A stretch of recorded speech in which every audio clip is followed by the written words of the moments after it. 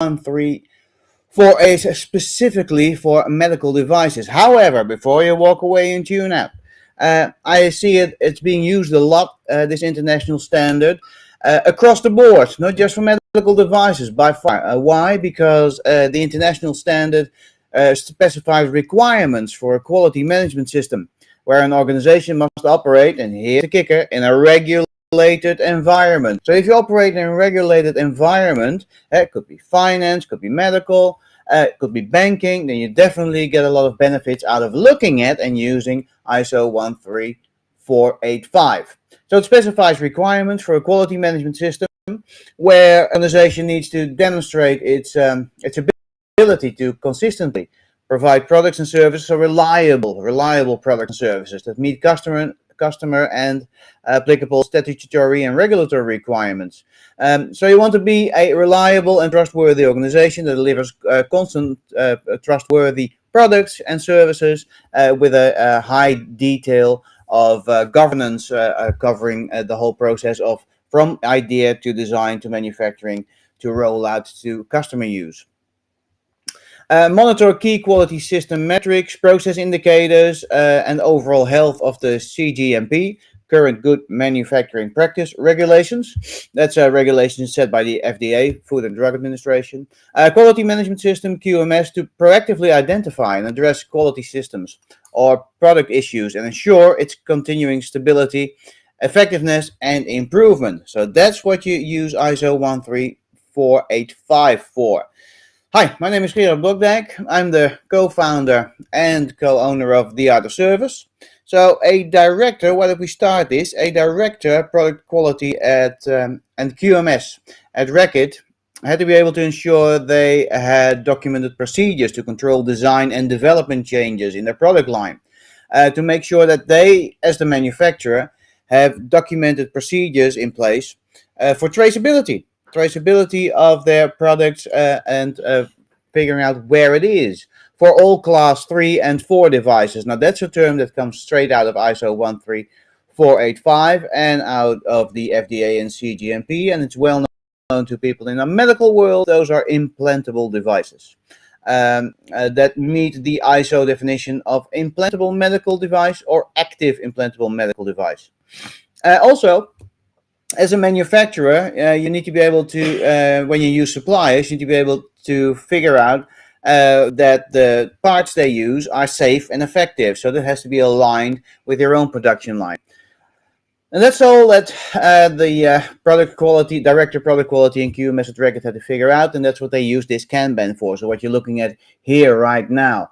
Go to the link below later on after the presentation, and you can have a look at all the content that's in there, and you can reuse it right away. You can play around with it. The whole Kanban is basically there in swim lanes. Your experiences may be similar to theirs. You could also be dealing with questions like, what will employees need to do for the quality management system, for our quality management system? How many design reviews does our device product development team need, or the project need? How do you maintain the effectiveness of the quality management system in accordance with the ISO requirements? So today, not tomorrow, today, you will need to care about that your organization has the documented procedures required by ISO, required by governance organizations, required by your organization, required by the FDA if it is in place for medical devices, and to make sure that you define the content, location, and retention of quality system records and process control records, and make sure that records of compliance are available. That's what you use a QMS for. So how does your organization control the purchasing processes to ensure that purchased products conform to specified purchase requirements and are aligned with the ISO standard and with your own QMS? That's what you can use the Kanban down below for, which we developed so you can tell a story that you can be proud of. And it's for professionals, leaders like you, people like us who do ISO 134 or product development 85 this way. Now, what we're looking at here at the screen is the full Kanban. All the activities that are in there in the link below. The big blue balls, those are the user activities, the activities that need to be in place, the process activities, to make sure that the ISO standard process is run successfully. So your QMS is in place, basically managed and maintained. The pink balls around there are control questions, so you can ask those questions of people in your organization to figure out if they have the right answers or any answer to the criterion in place. And you can ask those questions of the people in the orange balls. And the orange balls are all the job roles that are related, excuse me, that are related to the QMS. These are real job roles from real organizations, and a lot of our clients use those as well to figure out what kind of job roles they need to have in place to make sure that the QMS is really successful in their organization. Now, there's other balls in here that you see, tiny blue balls here and there as well. Those are related areas that you need to focus on when you're focusing on ISO 13485. So we'll cover that in this one as well.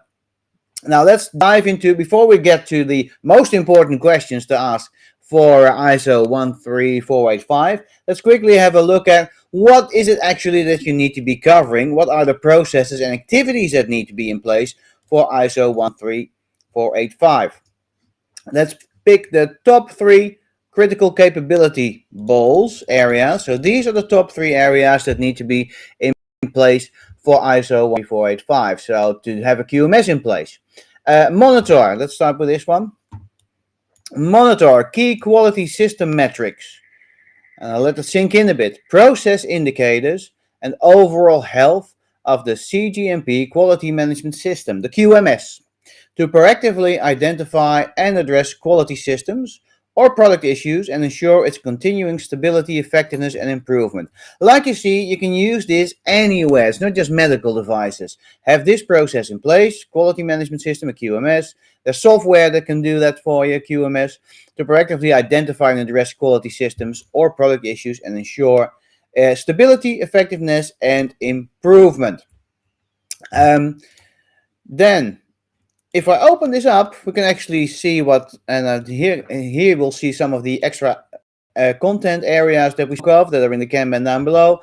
The small blue ball here says it is related to total quality management. So there's other areas that ISO 13485 are related to. TQM is one such area, and if I click on this, probably more pops up. Here's another one. See, another one that pops up here too. TQM.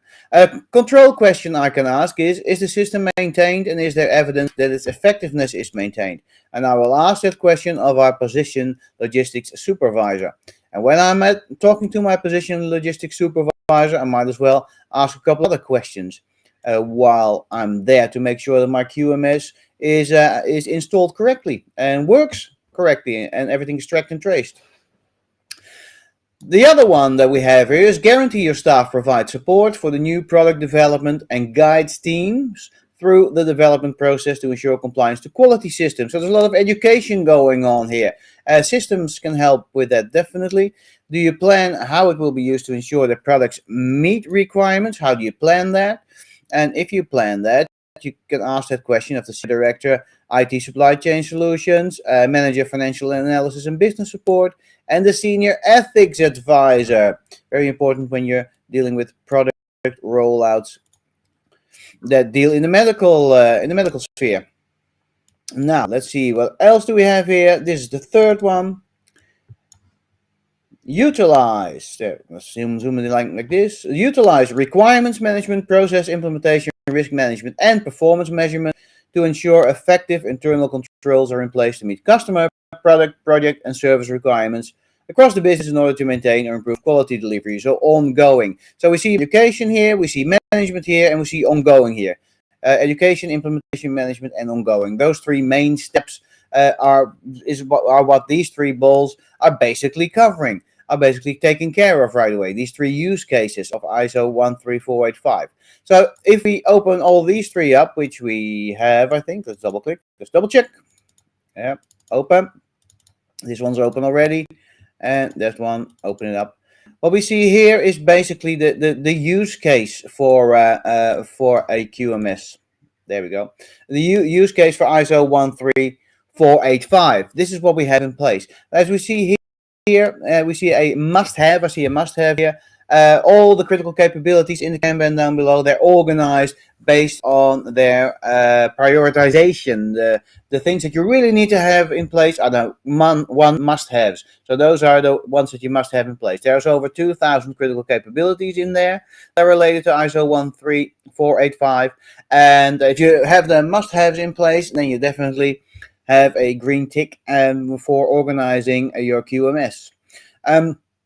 So must have. These are the three most important ones. These are all related to quality. It's interesting here because what we see is what we've done here is if you go to the Kanban down below, you'll see they're organized in swim lanes. That's what the Kanban does. It's organized in swim lanes.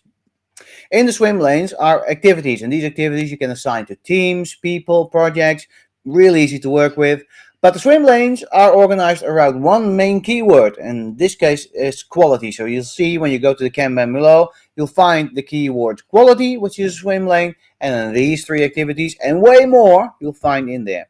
Related areas, software QMS, that's a related area here. Quality management system is a related area here, and we have the total quality management here as well. Let's go with the quality management system, see what comes up. Oh, there's a lot pop up because QMS is a quality management system. So hey, there we go. There you have it. So these are the top three things that you definitely must have in place to have ISO 13485 successful and to have the process for a QMS successful. Now, I promised you to come to tell you what the three most important questions are to ask when you're dealing with or want to be dealing with a QMS.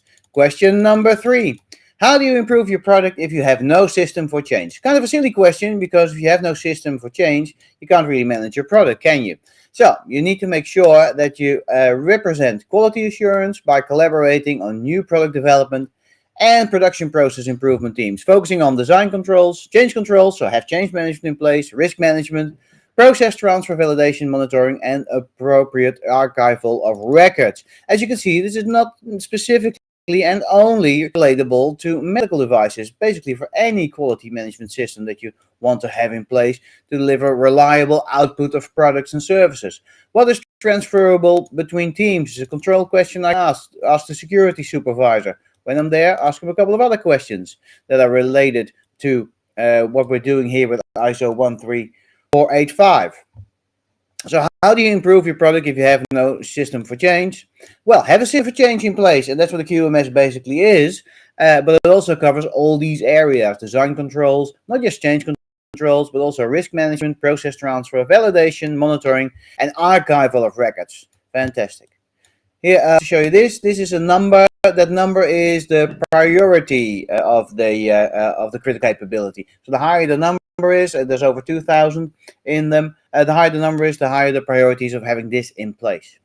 All right, that was question number 3. Let's go and have a look at question number 2. What's of the most important questions to ask for a QMS? On risk management, is product risk management and project risk management both covered during the entire development phase? So during the entire development phase, from a rollout to handover, do we actually do risk management, product risk management, and risk management on the project itself continuously? Often what we see is that product risk management is well taken care of, but project risk management, that's sort of left behind in the project sphere only. You can't have that when you're dealing with ISO 13485 or with the QMS, so you got to cover it there as well. Work with quality team members to develop, implement, and maintain a phase-appropriate quality management system for the creation, review, and approval of documentation, including policy and standard operating procedures, SOPs, as per the internal and applicable regulatory environment. So you got to know your regulatory environment. What activities are undertaking during the, what's the question here, during the phase? Let's open it up. During the design phase. What traceability activities are undertaking during the design phase? That's a control question I can ask here to make sure that we have this in place and we do this really well. Related to quality management system, swim lane here is quality, as we see. And it's a must-have and a high priority. So these are the top 2 questions to ask, number 3 and number 2, when you're dealing with quality management systems, or ISO 13485 and or ISO 13485.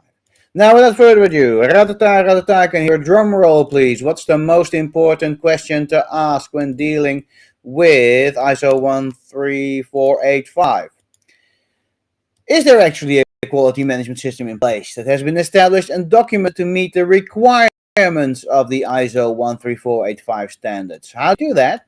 You maintain product quality and conformity by maintaining an effective quality program, quality management system, which is aligned with operational goals that meet internal customer expectations and external customer expectations.